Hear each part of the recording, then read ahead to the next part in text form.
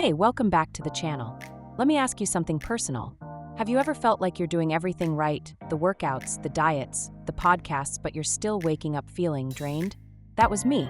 Hustling hard, tracking every meal, lifting heavy, but mentally, I was barely hanging on. I never thought something as simple as walking would change everything. Not just for my body, but for my brain, for my peace, for my life. And today, I want to show you how it can do the same for you. I was burnt out from high-intensity workouts, the kind that leaves you shaky and soaked in sweat. My body looked fit, but I was exhausted all the time. I couldn't sleep. My anxiety was through the roof. And honestly, I started dreading my workouts. Then one morning, instead of hitting the gym, I just walked. No plan, no podcast, just me, my breath, and the rhythm of my steps. It was supposed to be a rest day, but something shifted. That walk, it didn't just ease my body, it quieted my mind. Here's the thing no one tells you about wellness: you can do all the right things and still feel wrong inside. We chase the next challenge, the next body goal, the next milestone. But sometimes, in our pursuit of fitness, we forget why we started to feel better. The pressure to go harder, lift heavier, and push through can actually stress your nervous system. And stress is a sneaky thief. It steals your sleep, your joy, and your progress. That's why so many people feel like they're stuck in a loop, constantly doing, rarely feeling better. Let's break this down. Walking, especially intentional walking in nature, does a few powerful things. It lowers cortisol, the stress hormone that keeps your body in fight or flight. It supports your lymphatic system, which helps clear toxins and boost immunity. It resets your circadian rhythm, helping you sleep deeper and wake up more energized.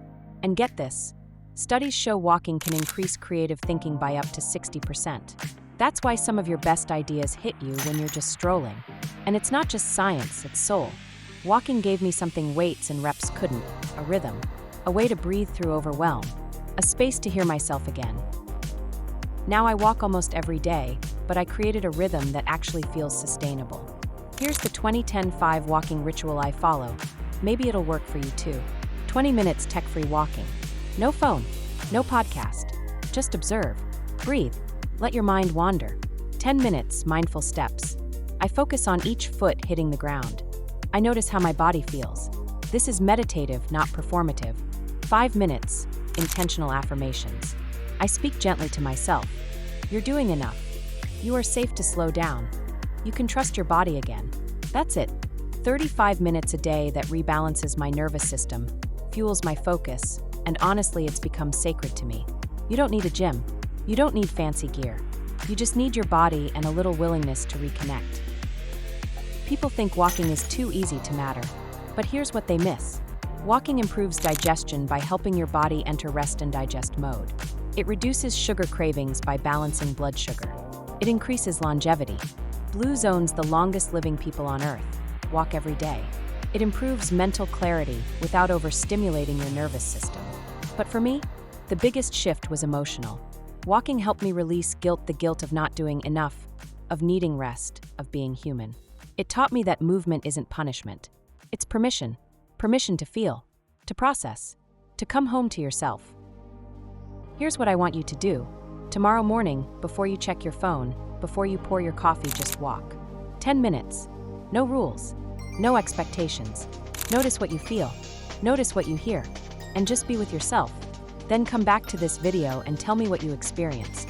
I'm building a community of people who are choosing movement that heals, not just hustles. Because fitness isn't just about pushing, it's about listening.